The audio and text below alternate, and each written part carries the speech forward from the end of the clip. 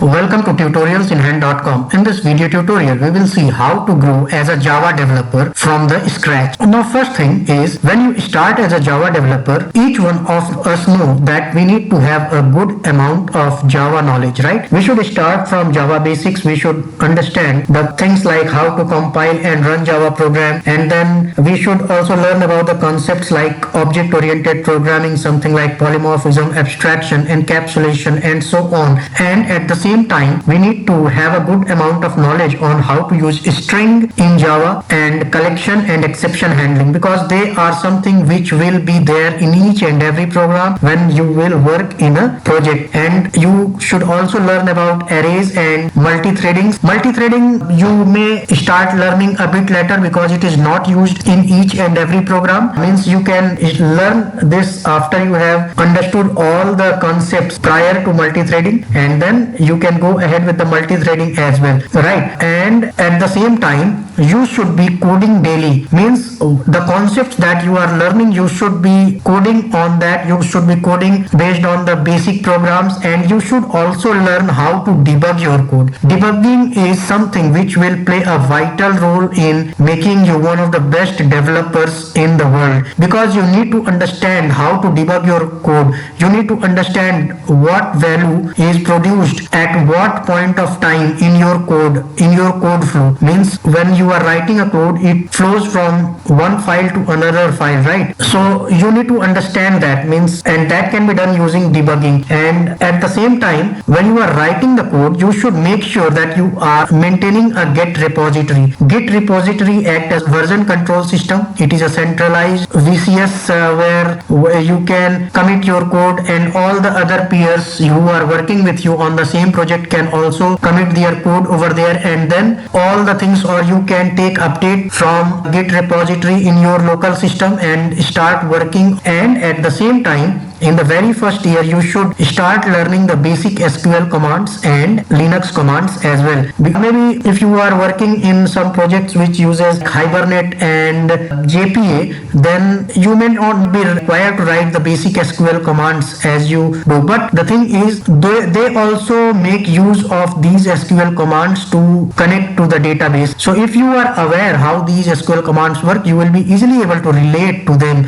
when you start working in the projects. And Linux command is useful because there are certain tools like Texia and other things where you will be required to use this Linux command. Even when you are using the Git, you will see there is a Git bash, and in Git bash also there are certain commands which resembles to Linux. So means learning these things will definitely help you to start your career as a Java developer, right? Means you should not just focus only on learning the basics of Java. That is important, but at the same time you should be learning SQL commands, Linux commands, and you should understand how to maintain a Git repository. And you should also learn from the advantages and drawbacks of each concept that you have learned so far when you are writing your code. So this is how you will start learning from the first year. And if you have already joined the company and you are in a project in the first year, then you should also see the frameworks like Spring, Hibernate. Then just try to see the annotations that are getting used in the project and check what they are meant for. You don't need to learn each and everything within week or 2 week or months and so on. You will get some time, but at least you should be aware about the annotations that are getting used in the Spring project, and then you are ready to go ahead to the next step. And once you enter into the experience of 1 to 3 years, then you should start learning the concepts like Spring. Mostly in projects, Spring Boot is getting used. So Spring Boot, and before that you can also learn Spring MVC, and you should learn how to develop the RESTful APIs.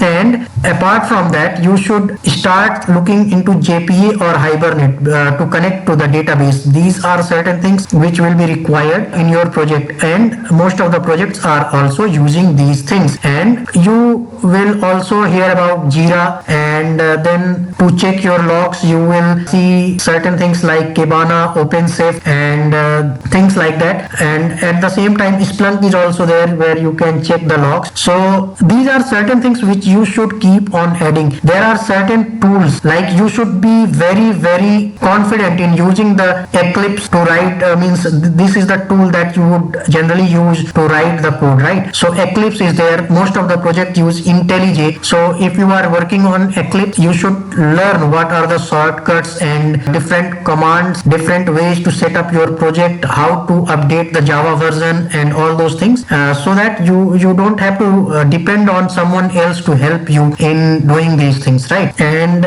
at the same time, IntelliJ is alternatively used for Eclipse nowadays. So most of the projects are not using Eclipse, so they are using IntelliJ. So you can get to learn those things. Means there is Eclipse setting in IntelliJ as well. So if you are aware how to use Eclipse and you are very accustomed to it, and in IntelliJ also you want the features like Eclipse, then there is a setting where you can easily set Eclipse setup in IntelliJ. And at the same time, debugging and testing and fixing is really important. So debugging, as I said, that in the very first year you should start learning how to debug your code, and then you should know how to unit test your code. To unit test the code, you need to learn JUnit using Mockito. So JUnit using Mockito is really important in writing the JUnit test cases, and then you will see there will be sonar coverage kind of thing which is done along with this JUnit and Mockito. So for the code about which you will be writing the JUnit, it will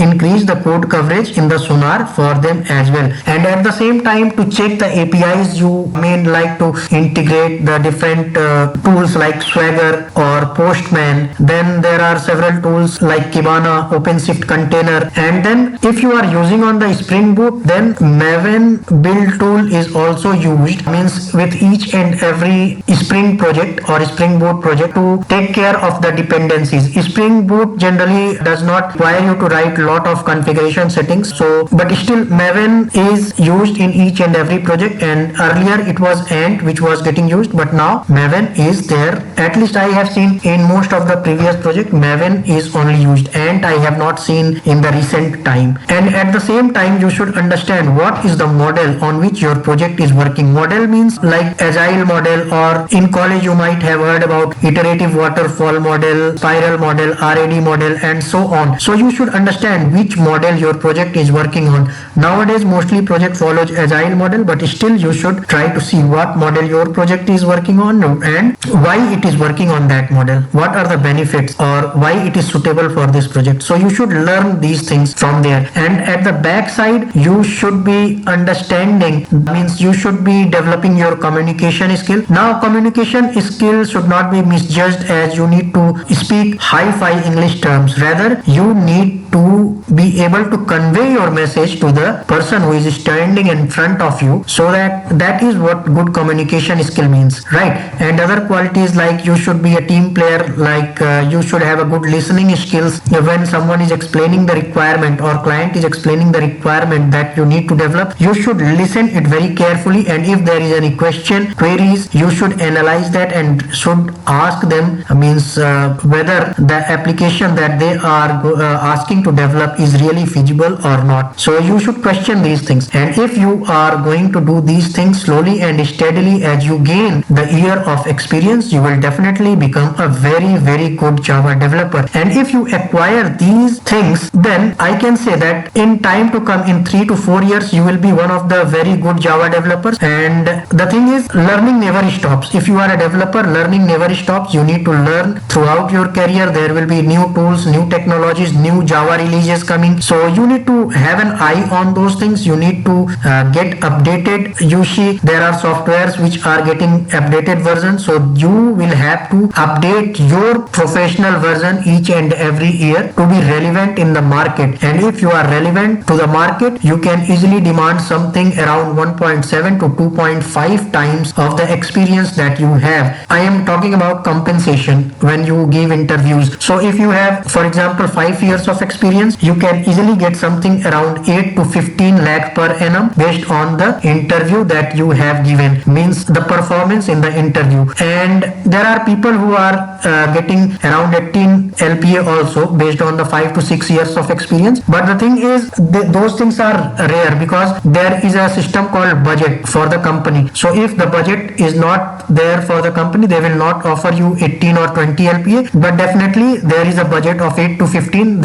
It will vary between these things and you can easily get in this time, right? So I hope that you will be learning these things and also be open to learn the new technologies or tools that will come in the market, and keep yourself relevant as a professional and grow as a Java developer. And in time to come, you will have a good name and fame, and also you will have a good financial backup. And I expect that you have learned something from here, and if you agree, please like and subscribe our channel to help us motivate. Thank you.